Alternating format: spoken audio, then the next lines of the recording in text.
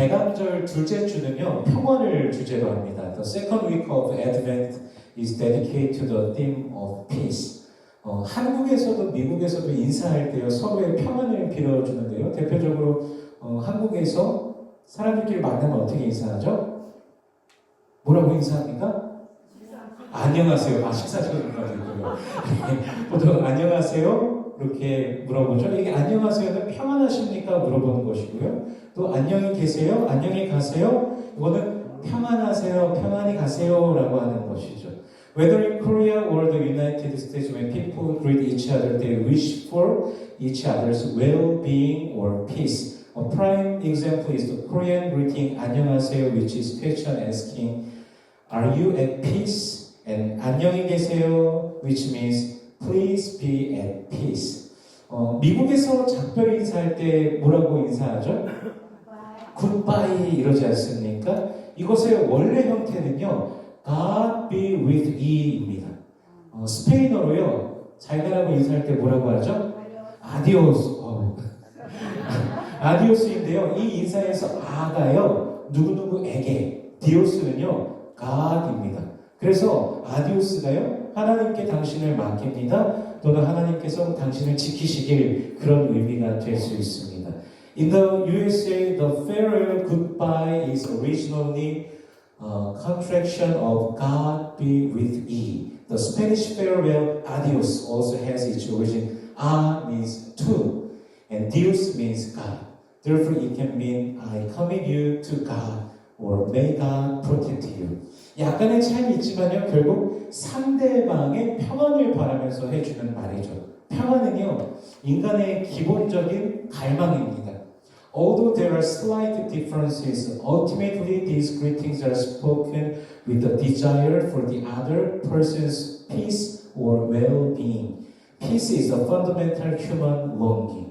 싸움도 없고 스트레스도 없고 걱정도 없고 불안도 없고 돈도 충분하고 건강도 좋고 일도 계획대로 잘 풀리고 인간관계도 다 좋기를 바라죠. 즉 세상에서의 평안이라는 조건이 만족될 때 느끼는 평안인 것이죠. 내가 무언가를 이뤘을 때 내 손에 의해서 컨트롤될 때 이제 평안을 느끼는 것이죠. We want no fight, no stress, no worries, no anxieties, enough money, good health, plans to unfold smoothly, and good relationships. In other words, peace in the world is a peace that only exists when certain conditions are satisfied. We feel peace when I have accomplished something, when things are under my control. 그런데 성경이 말하는 평안은 그럼 무엇일까요? What then is the peace that the Bible speaks of? 우리 오늘 본문 17절 말씀 읽어보겠습니다. Let us read verse 17. 같이 읽습니다. 시작.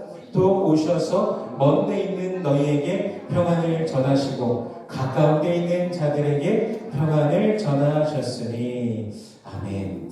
이 본문에 사용된 평안이라는 단어는요, 원어 성경에서 보면요, 헬라어 에이레네라는 단어입니다. 화해, 평안, 내적 안정, 관계의 평안을 의미합니다. The word used for peace in this text is the Greek word eirene in the original language. It means reconciliation, peace, inner stability, and peace in relationships. 단어의 의미에서 이미 볼 수 있듯이 성경이 말씀하시는 평안은요, 관계로 말미암아서 평화가 찾아오는 것이죠. As the meaning of the word itself shows, the peace that Scripture tells of is a peace that comes through restored relationship. 바로 주 예수 그리스도의 공로로 인해서 저와 여러분에게 임하신 평화인 것입니다. 죄로 인하여 하나님과의 관계가 단절되었었지만 예수님께서 우리 죄를 대신해서 십자가에 못 박혀 죽으심으로 그 관계를 회복해 주셨습니다. It is a peace that has come to you and me through the merit of our Lord Jesus Christ. Because of sin, our relationship with God was severed, but Jesus restored that relationship by dying on the cross in our place for our sins. 우리 12절 말씀을 읽어보겠습니다. Let us read verse 12. 같이 읽습니다. 시작. 그때 너희는 그리스도 밖에 있어 이스라엘 나라 밖의 사람이라. 약속의 언약들에 대하여는 외인이요 세상에서 소망이 없고 하나님도 없는 자이더니. 아멘. 예수 믿기 전에는 우리는 소망이 없던 자들입니다. 그렇기 때문에 인생의 의미도 없었던 것이죠. Before believing in Jesus, we were people without hope. Our lives had no meaning. 죽음 뒤에 영원한 형벌이 기다리고 있으면 그 인생이 어떻게 소망이 될 수 있겠습니까? 또한 험한 세상 속에서 우리를 도우시고 인도하실 분이 없다면 어찌 소망이 있다라고 할 수 있겠습니까? How can a life have hope if only eternal punishment awaits after death? Furthermore, how can you say we have hope if there is no one to help and guide us in this harsh world? 그러나 주님이 우리의 힘이 되시고 능력이 되시고 구원이 되시며 소망이 되어 주십니다. But the Lord becomes our strength, our power, our salvation, and our hope. 우리 13절 말씀 읽어보겠습니다. Let us read verse 13. 같이 읽습니다. 시작. 이제는 전에 멀리 있던 너희가 그리스도 예수 안에서 그리스도의 피로 가까워졌느니라. 아멘. 예수 안에서 예수의 피로 인하여 유대인과 이방인이 가까워졌음을, 화목하게 됐음을, 하나가 되었음을 오늘 본문은 말씀하십니다. 갈라디아서 3장에서는요, 누구든지 믿음으로 말미암은 자는 아브라함의 자손이다라고 말씀하십니다. Through Jesus and by the blood of Jesus, the text tells us that Jews and Gentiles have been brought near, reconciled, and made one. Galatians chapter 3 states that all who are of faith are children of Abraham. 전에는 행악자요, 죄인이요, 주를 알지 못하고 죄 가운데 놓인 자들이지만 이제는 유대인도 이방인도 하나가 된 것입니다. 14절에서 말씀하시는 막힌 담을 허셨다. 이것은요, 유대인과 이방인 사이의 담을 허무셨다라는 걸 1차적으로 말씀하십니다. Previously, we were evildoers, sinners, those who did not know the Lord and were trapped in sin. But now the Jew and the Gentile have become one. The dismantling of the dividing wall mentioned in verse 14 means the breaking down of the wall between Jews and Gentiles. 우리 15절, 16절 말씀 읽어보겠습니다. Let us read verse 15 and 16. 같이 읽습니다. 시작. 법조문으로 된 계명의 율법을 폐하셨으니 이는 이 둘로 자기 안에서 한 세 사람을 지어 화평하게 하시고 또 십자가로 이 둘을 한 몸으로 하나님과 화목하게 하려 하심이라. 원수된 것을 십자가로 소멸하시고. 아멘. 십자가의 죽으심으로 인해서 유대인도 이방인도 율법이 정죄하는 그 굴레 속에서 벗어나게 되는 것이죠. 유대인과 이방인을요, 어떻게 했다고요? 한 세 사람이 되게 하시며 하나님께 화목하게 하셨다라고 본문을 말씀하십니다. Through the death on the cross, both Jews and Gentiles were freed from the yoke of the law's condemnation. It says that Jesus made Jews and Gentiles into one new man, bringing them into reconciliation with God. 유대인 따로 이방인 따로가 아니라 믿는 모든 자들요 하나로서 말씀하시는 것입니다. It is not a matter of Jews separately and Gentiles separately, but the Bible tells us of all who believe as one.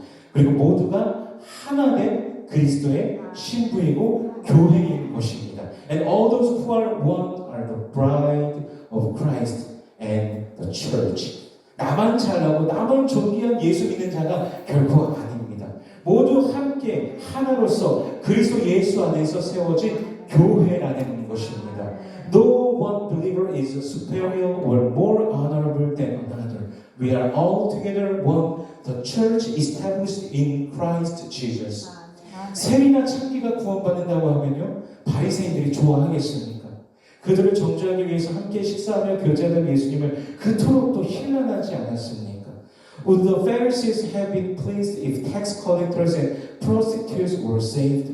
Didn't they criticize Jesus so harshly for eating and socializing with them in order to condemn them? 예수님께서는 죄인들을 위해 오셨지만 바리새인들은 이미 스스로 자신들은 의인이기 때문에 예수가 필요 없다 생각하는 자들이었습니다. 메시아께서 오셨지만 메시아를 거부하는 그들에게 예수님께서는 심지어는 독사의 자식들이라는 표현까지도 사용하셨습니다. Jesus came for sinners, but the Pharisees were those who considered themselves righteous and therefore thought they had no need for Jesus. To those who rejected the Messiah when he came, Jesus even used the phrase brood of vipers.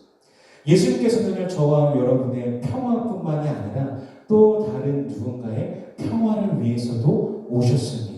저와 여러분만 독점하는 평화가 아니라 다른 예수 믿는 자들 또한 앞으로 믿을 자들을 위해서도 주신 평화인 것입니다.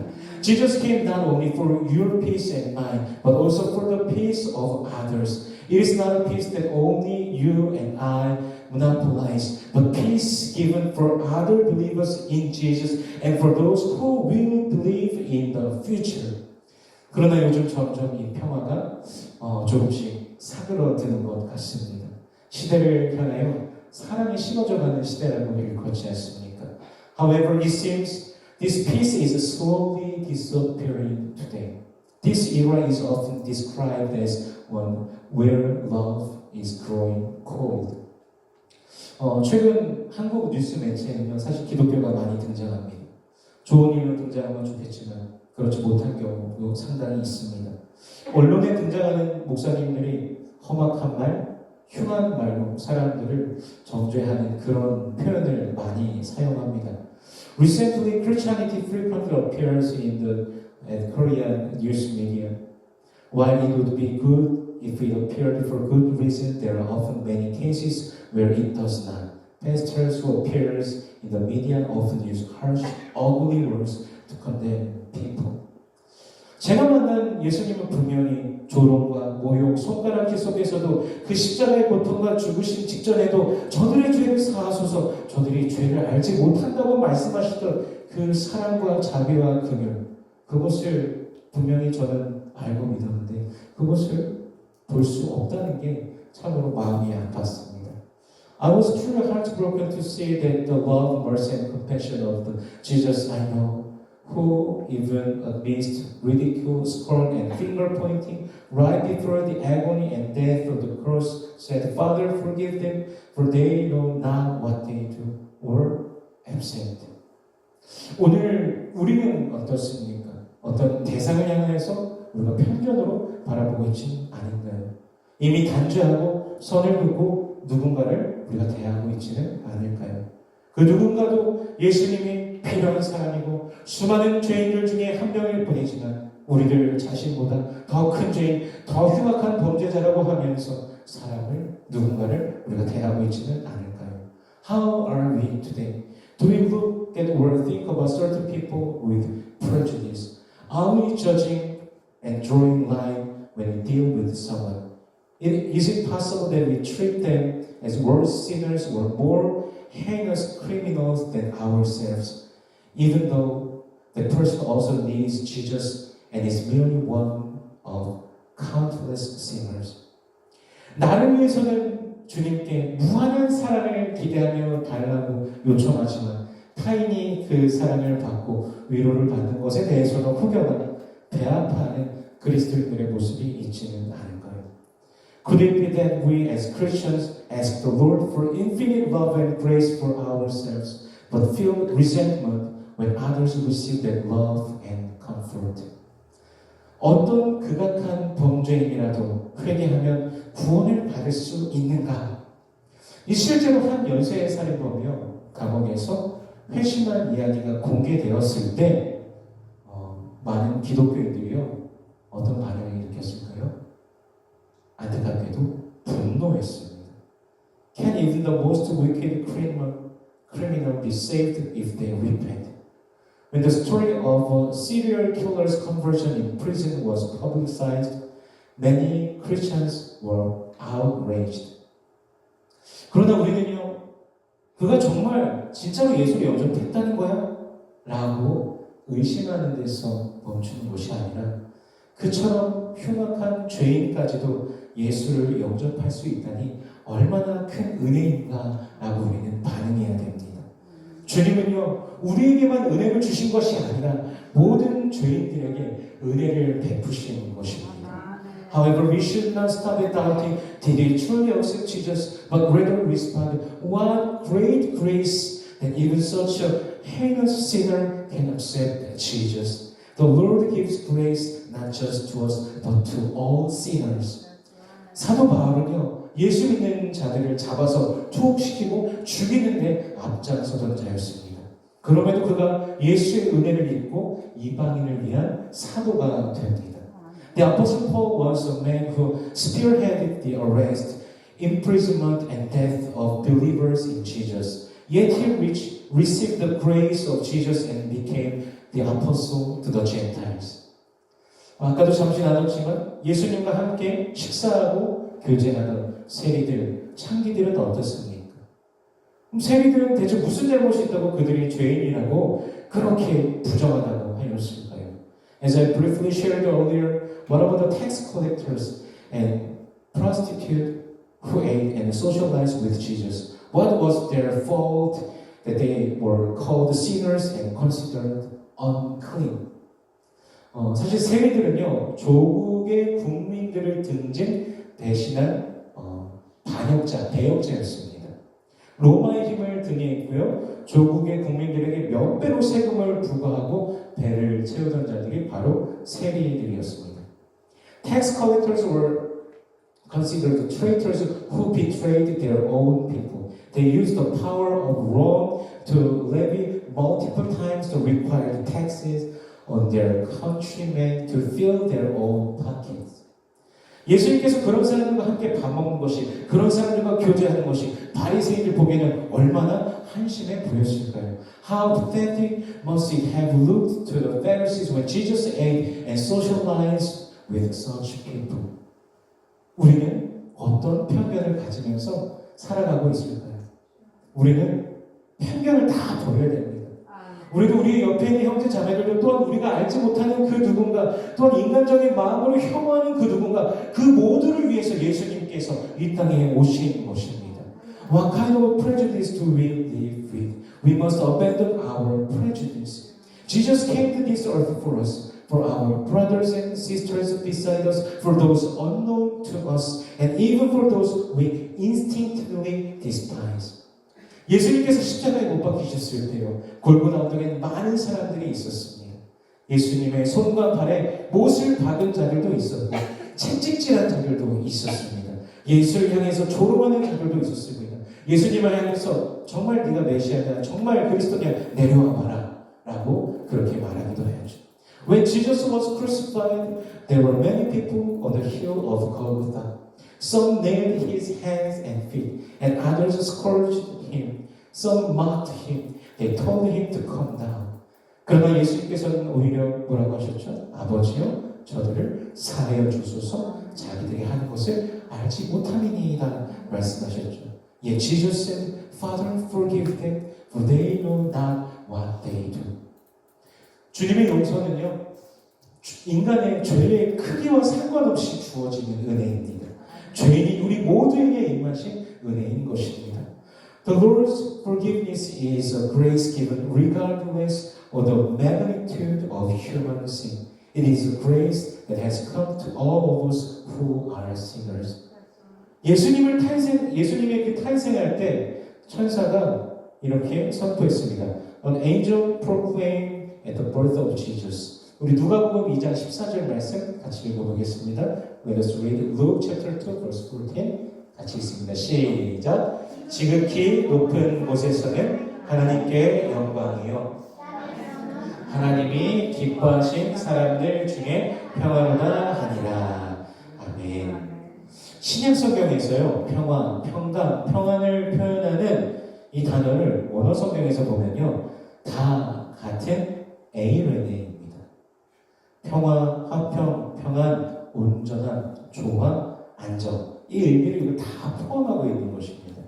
In the New Testament, the words for peace, tranquility, and well-being all come from the same Greek word, eirene.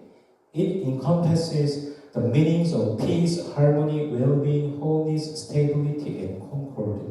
즉 오늘 본문에서 말씀하시는 평화, 이 에이레는요, 갈라진 것이 다시 연결되어서 조화를 이룬 상태입니다. 분열이 사라지고 관계가 회복된 상태입니다. Therefore, the peace Aaron has spoken of in today's text is a state where what was divided is reconnected and brought into harmony. It is a state where division has disappeared and relationships have been restored. 하나님과의 관계가 회복된 상태, 또 사람과 사이의 그 화해와 조화, 모든 것을 다 통틀어서 말씀하시는 것입니다.